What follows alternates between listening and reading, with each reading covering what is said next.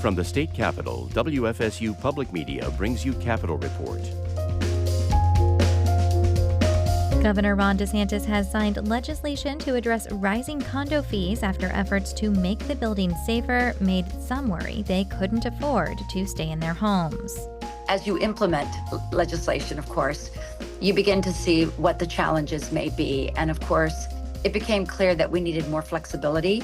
Also this week, the victims of the Surfside condo collapse are remembered. There's a long way to go. This is something that really was a big hole in our community and will remain so, I think, for many, many years to come. And Florida is on track to tie the record for the most executions in a year since 1976. I think there are some crimes that are just so horrific, the only appropriate punishment is the death penalty. I'm Regan McCarthy. This is Capitol Report.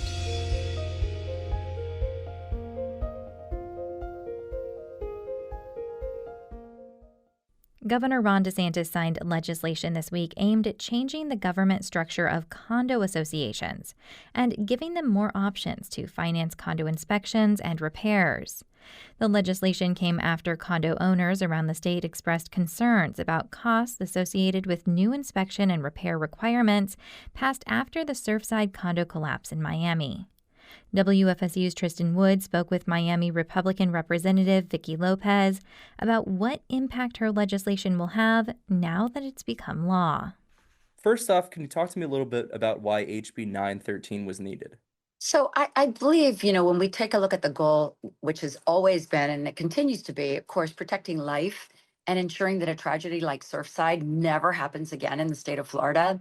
But it became, those last two bills actually, as you implement legislation, of course, you begin to see what the challenges may be. And of course, it became clear that we needed more flexibility in order to ensure that condominium residents could stay in their homes and not be forced out by the burdening cost that were associated with meeting the requirements of the original two laws. So this became a critical piece of legislation because after the implementation of both Senate Bill 4D and Senate Bill 154, it became painfully clear, unfortunately, that the cost related to living in these condominiums, particularly very old condominiums, was going to require more flexibility.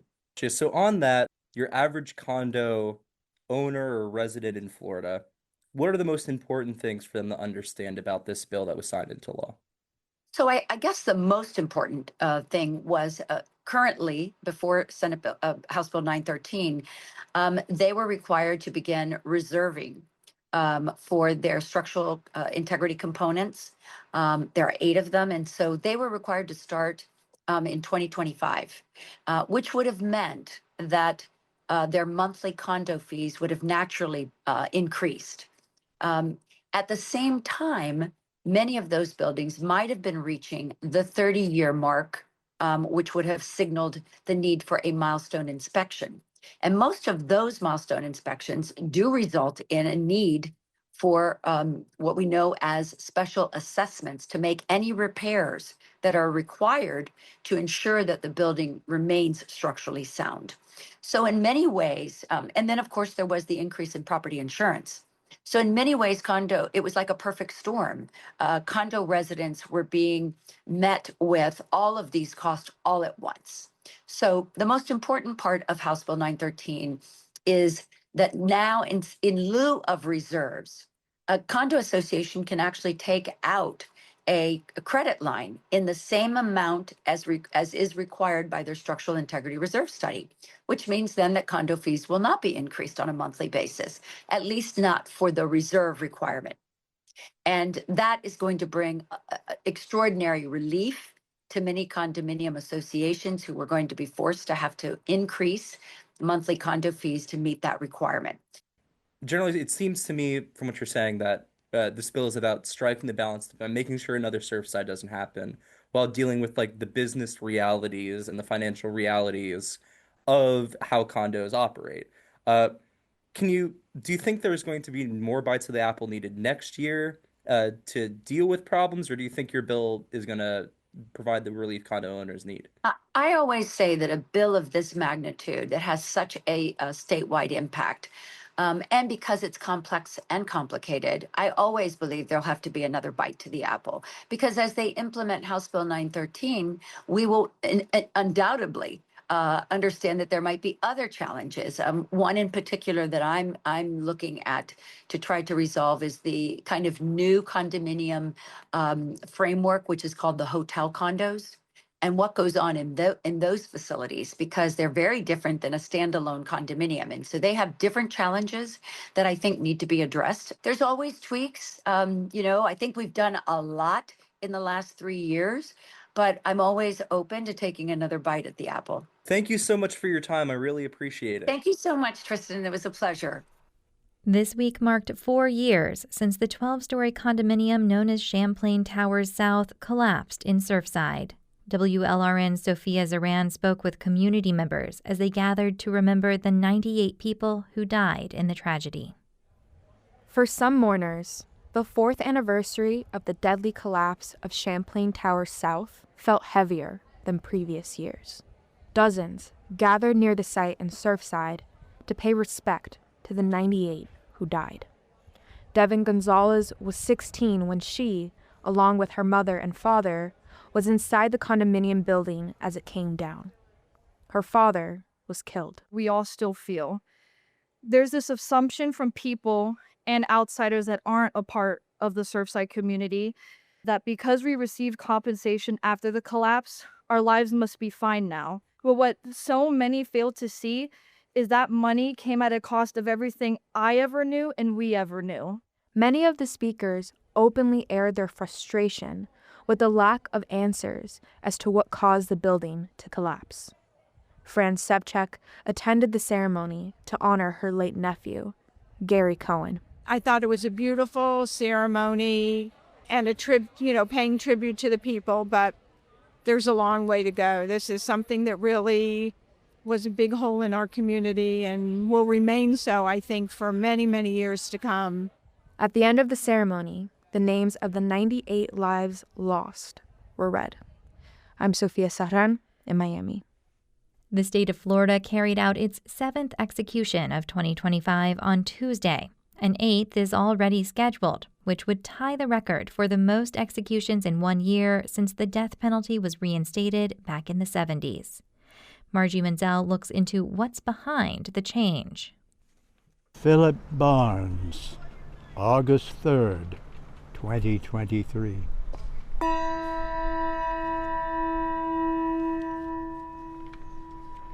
Michael Dwayne Zack, October 3rd, 2023.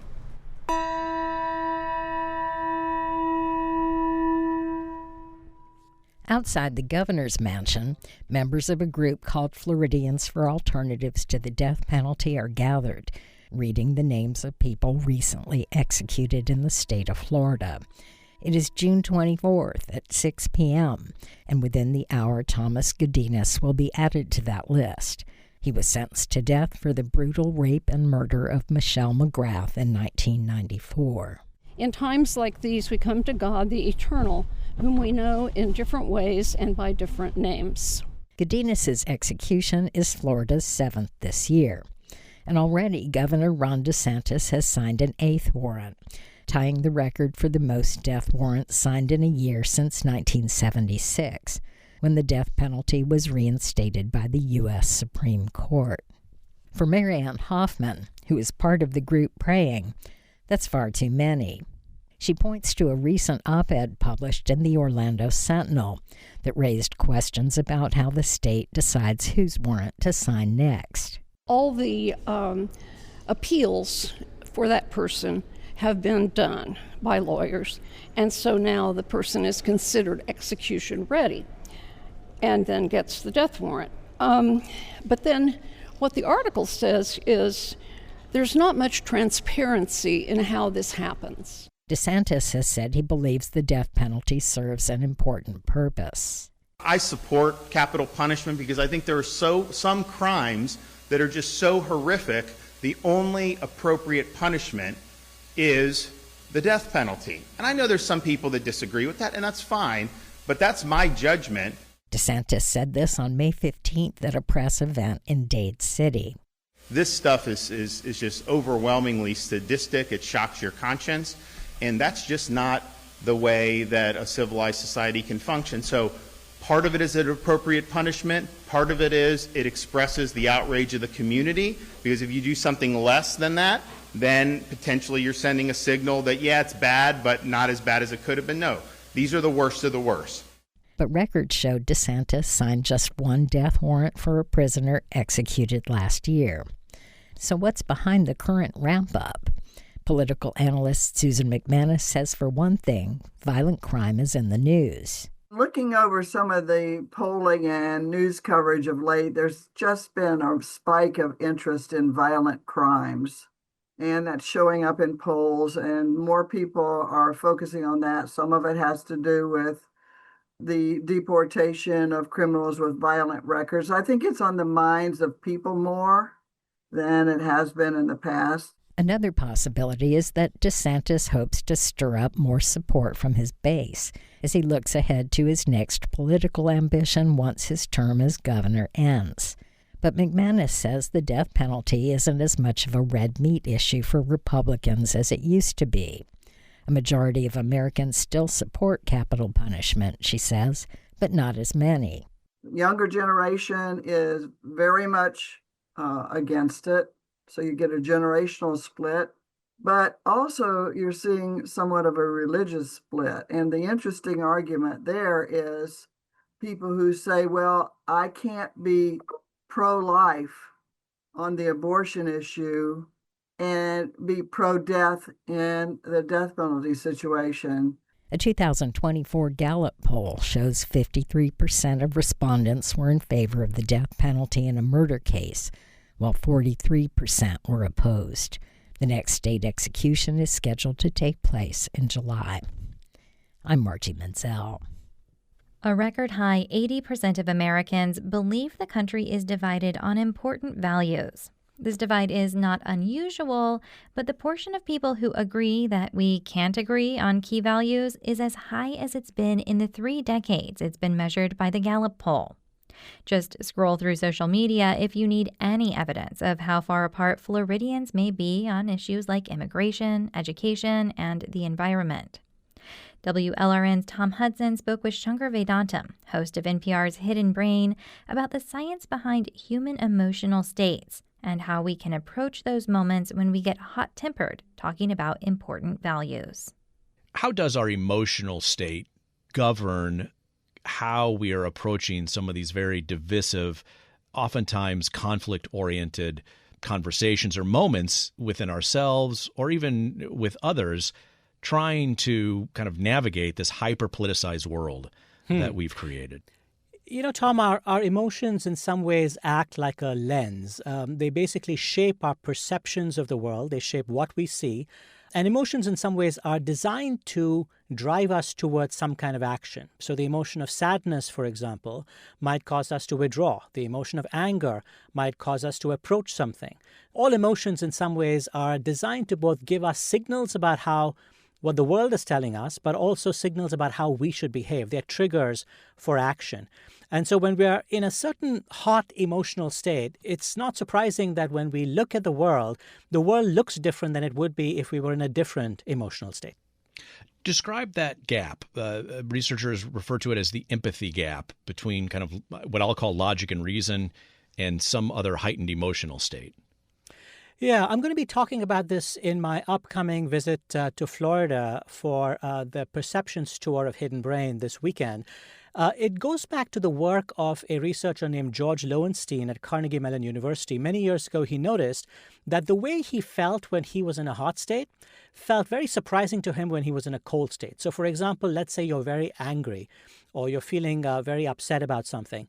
It's very difficult for you to imagine how you yourself will feel 6 hours later or 6 weeks later when you're in a cold state, when you're much calmer. And similarly, when you're in a calm state, when you are not agitated, it's very difficult for you to put yourself in your own shoes when you're in a hot state. And so this idea has come to be called the hot-cold empathy gap, which is just as we have problems sometimes empathizing with others, it turns out we also have problems empathizing with ourselves, that we don't fully understand how we will behave when we are in a different emotional state. Yeah. What role does the willingness to be self-reflective play, to recognize maybe that wasn't behavior or a social media post that I'm particularly proud of now? When we're in a self-reflective state, it usually means we're in a cold state. We're basically thinking, we're reflecting, we're open to ideas, we're taking in information. We're not in the hot emotional state where we might fire off a social media post that we might later come to regret. So I think the answer to the hot-cold empathy gap is certainly to be more reflective, to be more mindful, to be more aware of what we're doing. But really, that's another way of saying try and get in a cold state if you really want to think about what you do before you do it. And I'm also thinking of just more simple, I suppose, everyday pedestrian examples of being able to fire off that social media post, the hot take. Yes. It's literally called a hot take, right, Shankar? Exactly. And for a reason, I suppose. And finding the value in being more reflective versus getting your voice in there and to get that hot take out there into social media on the platform.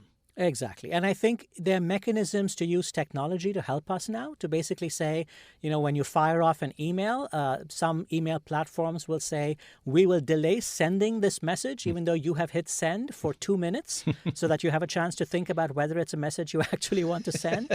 You can do this on some social media platforms. Let's say you're very angry and you want to fire off a social media post.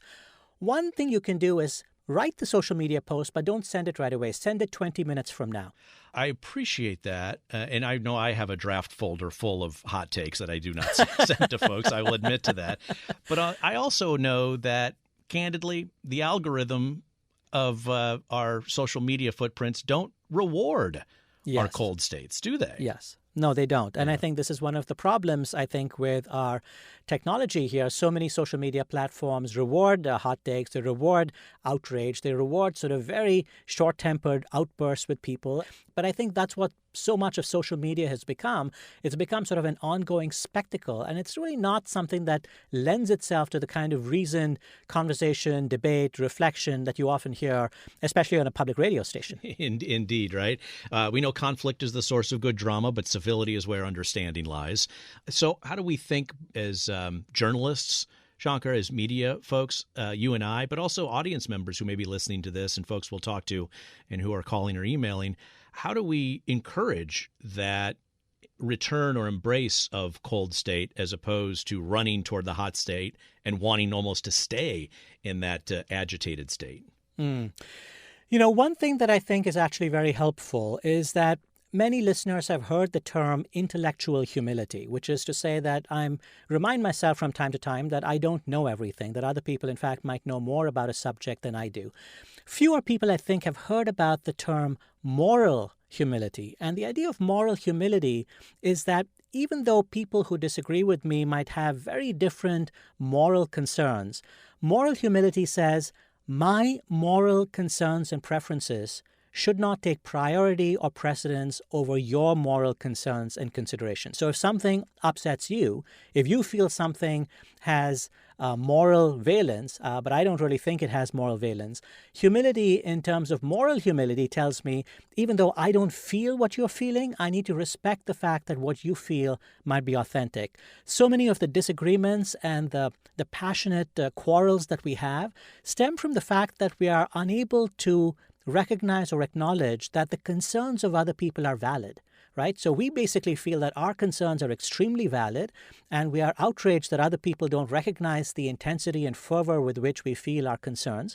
But we don't extend that to others. We don't basically say, okay, if you care about a different issue, an issue that I don't care much about, but you're saying that this is important to you, I'm willing to concede that this is important to you. I'm willing to concede that this is something that matters to you. And I think when you do this, it takes some of the sting out of the conflicts that we have with each other, because we recognize when we exercise moral humility that the people who disagree with us are not disagreeing with us because they're bad people or because they're stupid people or because they're uninformed, but just because they have different moral criteria for how to judge the world. Now, this is easier said than done. Just like intellectual humility, it's one thing to know that it's a good thing to practice, not always easy to practice moral humility. Shankar, really fascinating, and thank you for the conversation and for what you do each week on Hidden Brain. Thank you so much, Tom. It's been a pleasure. That was Shankar Vedantam, host of NPR's Hidden Brain, with WLRN's Tom Hudson. Soon, wild animals that find their path blocked by the state's busiest interstate will have a new way to migrate. WUSF's Steve Newborn reports Interstate 4 is getting its first overpass that will help panthers, bears, and other critters cross one of the biggest barriers to the Florida Wildlife Corridor. The construction site is a forlorn patch of weeds in Polk County. It's sandwiched between a warehouse on one side and Florida Polytechnic's futuristic main building on the other. Bisecting it all is traffic choking Interstate 4. This is not a place you want to be, even less so if you're a bear or panther trying to get to the other side. So this is the first dedicated wildlife crossing overpass in the state of Florida. Brent Setchell is a design engineer with the Florida Department of Transportation. It's going to be 44 foot wide and have noise walls on both sides, 8 foot tall. Animals will cross on dirt and grass with a view of the busy highway blocked. And then on the outside, when you're driving by, it'll have impressions of different animals on there. So it'll have a deer, a bobcat, a panther, and a bear on there. Those depictions are the reason why this is being constructed. The highway is a coast-to-coast blockade to the migration of wildlife up and down the state. Nature preserves are on both sides of the interstate here where the overpass is being built. This is the best opportunity we have to preserve this corridor, and this is the last thread really in Polk County to be able to cross wildlife from south to north. This is really our last chance. Just a few miles to the east is an underpass that was created several years ago when a new interchange was built just north of Winter Haven. The noise and vibration from the road above deters many critters from approaching it. That's why the overpass is being built. So this is the I-4. I call this the Western Green Swamp Crossing, but it basically connects the Halochi Wildlife Management Area on both sides of the road. It flows under the busy highway as huge trucks and endless rows of cars scurry to and from Tampa and Orlando. This is the only undercrossing on this part of I-4, although another one further east is being planned. On the east side of Orlando, 3 crossings were built when I-4 was widened several years ago. The tale of a bear who traveled from Highlands County and tried to get to the north was the genesis for the idea of a Florida Wildlife Corridor. That's an ambitious project to connect natural areas so animals can roam freely throughout the state. The bear tried several times but never made it across I-4, so back south he went. Nicole Monies of the State Transportation Department says the underpass was designed with a creek flowing through it to allow the passage of aquatic wildlife. And so we do have on videos alligators utilizing this as well, and other aquatic creatures, so it's really neat to see the terrestrial versus the aquatic species that are using this. There are more than 200 wildlife underpasses in Florida. The state is building them in areas where it is preserving land for the wildlife corridor. Jared Perdue is secretary of the Florida Department of Transportation. It's not actually that costly. It just takes somebody caring about it. During the Corridor Connect conference held recently in Orlando, he said road planners are more actively considering wildlife crossings. Wildlife connectivity has become a big part of that, and we've even pushed that guidance out to designers. And so like if they're designing a bridge or something like that, making sure if it is an important area for wildlife that we're providing the space for them to get underneath or over or whatever it takes. The crossings can prevent collisions with wildlife on major highways. Just the day before our visit, 2 motorcyclists hit a 6-foot alligator in the middle of I-4 near Orlando. They were thrown from their bikes, but survived. The alligator? Well, he was not so lucky. I'm Steve Newborn in Tampa. You are listening to Capitol Report from WFSU Public Media. I'm Regan McCarthy. Finally this week. This time of year, young shorebird families along Central Florida's coasts are starting to take flight. But species like the American oystercatcher are struggling with habitat loss. As Central Florida Public Media's Molly Durick reports. I'm on a boat in the Mosquito Lagoon, where Linda Walters, a marine biology professor at the University of Central Florida, is leading a small crew working on what's called a living shoreline. It is the least destructive way to protect a shoreline. Walters calls it low-tech, using more natural materials like native plants and biodegradable wave breakers to stabilize the shore against erosion. As opposed to using any sort of hard armoring, which would be a seawall or putting really large rocks out. Seawalls can also help fend off erosion, but one big drawback to that hardening approach is it can also harm valuable wildlife habitat.